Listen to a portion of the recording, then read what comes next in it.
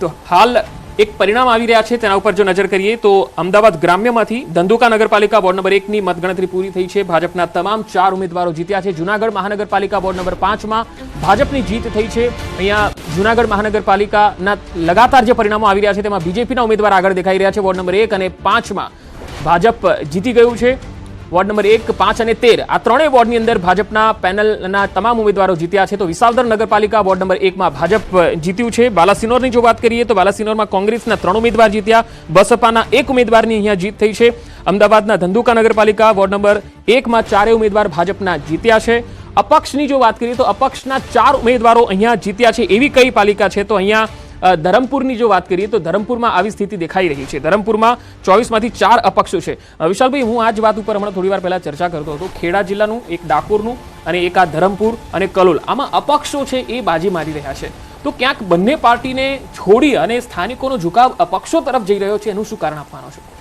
Main વસ્તુ કે આપણે જે લોકસભા વિધાનસભાની ઇલેક્શનની વાતચીત કરીએ, પરંતુ આ જે છે ગ્રાઉન્ડ લેવલનું ઇલેક્શન આપણે કહી શકીએ કે ઉપરના કદાવર નેતાઓ જે છે વિધાનસભા લોકસભા જીતી જશે, પરંતુ ગ્રાઉન્ડ લેવલની સમસ્યા, ગ્રાઉન્ડ લેવલની તકલીફો અને આ જે ગ્રાઉન્ડ લેવલની ઇલેક્શનની અંદર જે આ જોવા મળી રહ્યું છે ત્યાં આપણે એ કહી શકીએ કે ક્યાંક શાસક પક્ષ અને જે વિપક્ષ જે કહી શકીએ કે જે કોંગ્રેસ પાર્ટી કે એ લોકોના કાર્ય અને એ લોકોના ઊંડાણ ઉતરી શકી નહીં, એ કહી શકીએ જે પરિણામો બતાવી રહ્યા છે કે જ્યારે અપક્ષના જે ઉમેદવારો જે છે એ ક્યારે જીતી રહ્યા છે, કારણ કે તે લોકોનો વિશ્વાસ અને લોકોના જે ગ્રાઉન્ડ લેવલ નીચેના છેવાડાના માનવી સુધી એ લોકો પહોંચી શક્યા છે। ક્યાંક ભારતીય જનતા પાર્ટીના કદાવર નેતાઓ આવીને જોરશોરથી પ્રચાર કરેલો છે, ત્યાં પણ જો અપક્ષની જીત થતી હોય તો આપણે એક વસ્તુ વિચારવું જોઈએ કે ક્યાંક કોઈક નબળાઈ રહી ગઈ છે, કાં તો કોઈક એવી ત્રુટિ રહી ગઈ છે એ એરિયાની અંદર કે જે જગ્યા ઉપર શાસક પક્ષ નથી પહોંચી શક્યું અને એ લોકોની વેદના વિપક્ષ નથી સાંભળી શક્યું। ત્યાં જે છે કે અપક્ષના ઉમેદવારો જે બાજી મારી ગયા છે અને અપક્ષના ઉમેદવારોની જે સીટો જોવા મળી રહી છે એ ત્યાં જોવા મળી રહી છે। એવી કુતિયાણાની પણ એવી સીટ જે છે કે ત્યાં આગળ સેમ આ વસ્તુ થવાની છે। અત્યારે ટૂંક સમયની અંદર જે પરિણામ આવશે ત્યાં જોવા મળશે કે ક્યાંક અપક્ષના લોકો જે છે એ શાસક પક્ષના લોકો જ્યાં આગળ તેના પોતાના ધારાસભ્ય, સાંસદ સભ્ય હોવા છતાં પણ ક્યાંક અપક્ષના ઉમેદવાર જીતશે એટલે લોકોની અસંતુષ્ટિ અને લોકોની જે તકલીફો અને સમસ્યાઓ જે છે કે એ લોકોની એક્સપેક્ટેશન જે છે ત્યાં આગળ જો શાસક પક્ષ ન પહોંચી શક્યું અથવા એ લોકોની સમસ્યાઓનો જે સીધો નિકાલ ન આવી શક્યો હોય અને ક્યાંક એવા જે બનાવ બની ગયેલા છે કે જે આપણે અમરેલીની સીટની વાત કરીએ કે બીજી 2-3 સીટો એવી છે કે જે જગ્યા ઉપર ક્યાંક આવી નબળાઈ રહી ગઈ છે તેના કારણે ક્યાંક અપક્ષોની જીત થઈ છે અને એ લોકોનું વોટ માર્જિન જે છે, વોટ શેરિંગ જે છે એ ક્યાંક બીજી પાર્ટીઓ અને શાસક પક્ષ અને વિપક્ષ કરતા ક્યાંક અપક્ષની અંદર પલ્લું વધારે જોવા મળી રહ્યું છે આ વખતે, એનું મુખ્ય કારણ હોઈ શકે। બિલકુલ દર્શકોને અહીંયા એક મહત્વપૂર્ણ અપડેટ આપી દઈએ। જામ મંથલીમાં ભાજપની જીત થઈ છે। આ તાલુકા પંચાયતની પેટા ચૂંટણી હતી અને એમાં ભાજપની જીત થઈ છે। તો સાથે સાથે ગરબાડા તાલુકા પંચાયતના ઝરી બુઝર્ગ બેઠક પર ભાજપ જીત્યું છે। અહીંયા લસાબેન ગણાવાનો 443 મતોથી વિજય થયો છે। કોડીનારમાં 3 બેઠક, વોર્ડ નંબર 3 માં 3 વોર્ડમાં કોંગ્રેસ અને 1 બેઠક કોંગ્રેસ એક પણ બેઠક જીતી શકી નથી।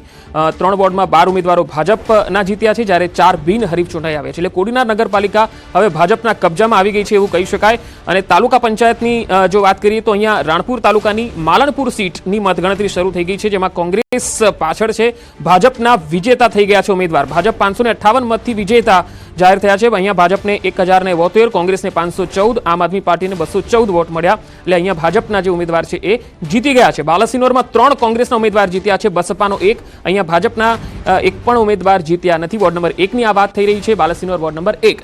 તો આ એક મહત્વપૂર્ણ અપડેટ। ઘાટલોડિયા વોર્ડમાં પણ 5મા રાઉન્ડની ગણતરી ચાલી રહી છે અને ભાજપ અહીંયા આગળ ચાલી રહ્યું છે। યજ્ઞેશભાઈ, વાત કરીએ કે ડાકોરની વાત કરીએ અપક્ષ જીતે, પરંતુ ખેડા અને આણંદ આ 2 જિલ્લાની જેટલી નગરપાલિકાઓ છે કોંગ્રેસે મેન્ડેટ જ નથી આપ્યા। ત્યાં ભારતીય જનતા પાર્ટીને ન પસંદ કર્યા હોય કદાચ કોઈએ તો એ અપક્ષને પસંદ કર્યા હોય, કારણ કે ત્યાં મેન્ડેટ કોંગ્રેસ તરફથી અપાયા નથી। એટલે એ પરિસ્થિતિની અંદર એટલે એમાં એવું નથી કે કોઈએ બીજા પક્ષને કોંગ્રેસને પસંદ નથી કર્યો એવું નથી, પરંતુ કોંગ્રેસ સિવાય ભારતીય જનતા પાર્ટી સિવાય અન્ય કોઈ પક્ષ નથી એટલે મેં અપક્ષ જીત્યા છે એ સ્વાભાવિક છે। આ એવું નથી કે ભારતીય જનતા પાર્ટીની હાર, હા ચોક્કસ એ લોકોએ અપક્ષને પસંદ કર્યા। એટલે મેં પહેલાં કીધું કે ભારતીય જનતા પાર્ટી ક્યારે હારતી નથી। ભારતીય જનતા પાર્ટી કાં તો શીખે છે કાં જીતે છે, બેમાંથી એક વસ્તુ. રાજેશભાઈ, મધ્ય ગુજરાત જે મેઇન બેલ્ટ છે, કોંગ્રેસનો ગઢ કહેવાતો તો એક સમયે આણંદ અને આકલાવ, જ્યાંથી અમિત ચાવડા અને ભરત સોલંકી આવે, આવા વિસ્તારમાં કોંગ્રેસ મેન્ડેટ ના આપે એવું યજ્ઞેશભાઈ કહે છે. નગરપાલિકામાં નથી આપ્યો. આ વર્ષોથી અમે ત્યાં આગળ જેટલી પણ નગરપાલિકાઓ લડાઈ એ એક રણનીતિના ભાગરૂપે પહેલા પણ અમે મેન્ડેટ નહોતા આપતા અને આ વખતે પણ એ બે જિલ્લાઓમાં નથી આપ્યા. અને ઇવન ડાકોરની વાત કરી તો ડાકોરની અંદર પણ હું તમને કહું કે ડાકોરની અંદર પણ અત્યારે જેટલા પણ અપક્ષ છે, એક ત્યાં આગળ જ્યારે ચૂંટણી લડવા જતો એટલે સ્થાનિક લેવલે શું સ્ટ્રેટર્જી બનાવી, નગરપાલિકા દીઠ સ્ટ્રેટર્જી બનાવી, તો ડાકોરની અંદર પણ મેક્સિમમ અમે લોકો માત્ર 4 કે 5 જ કેન્ડિડેટને મેન્ડેટ આપ્યા અને બાકીના અમારા જે હોદ્દેદારો તો એમને અપક્ષ તરીકે લડાવે છે. અને ચૂંટણી જ્યારે પણ જીતે, આપ તમે 2018ની વાત કરો કે એના પહેલાની વાત કરો, તો ત્યારે પણ કોંગ્રેસે મેન્ડેટ નહોતા આપ્યા, પણ ચૂંટાયા પછી જે પણ પ્રતિનિધિ હોય એ કોંગ્રેસની સાથે સંકળાઈ જાય, એટલે કોંગ્રેસ પ્રેરિત ચૂંટણી કહેવાય. આ તો ગ્રાસ લેવલની ચૂંટણી છે, નગરપાલિકાની ચૂંટણી છે. નગરપાલિકાની ચૂંટણીની અંદર મોટા ભાગે હંમેશા મેન્ડેટ વગર જ લડતા હોય છે, પણ આ વખતે અમે એક મેન્ડેટ આપીને પણ દરેક જગ્યાએ ચૂંટણી લડાવે છે અને અમુક જગ્યાએ નથી લડાવ્યા. તો આમાં કોઈ નવી વાત નથી. અટકાવવા માંગીશ રાજેશભાઈ.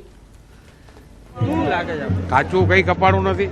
મને વોટ જ નવો હોય તો 8-10 દીમાં જે વોટ તૈયાર કરવાનો હતો, પણ આ તો ઇલેક્શન છે. અને એટલે આ 10 નંબરમાં તમે લગભગ 7 ટર્મથી ચૂંટાતા આવતા હતા, અચાનક પાર્ટીએ વોટ બદલી દીધો. વોટ બદલાય, પાર્ટીએ જે નિર્ણય લેતા હોય હંમેશા સાચો જ નિર્ણય લેતા હોય. ચૂંટણીમાં હાર જીત છે, હાર પણ થાય ને જીત પણ થાય, એટલે આ બધું નસીબ ઉપર છે.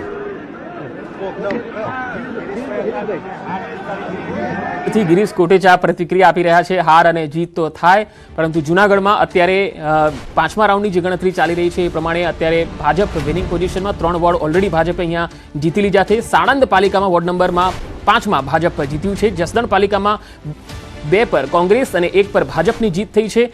અહીંયા કચ્છની વાત કરીએ તો રાપર પાલિકા વોર્ડ નંબર 2માં ભાજપની જીત થઈ છે. તો સાણંદમાં વોર્ડ નંબર 1માં ભાજપની પેનલ જીતી છે. હવે અહીંયા કલ્યાણપુર તાલુકાની જુવાનપુર તાલુકા પંચાયત બેઠક ભાજપનો ભવ્ય વિજય થયો છે. કોંગ્રેસ પાસેથી આ તાલુકા પંચાયતની બેઠક છીનવી લેવાઈ છે.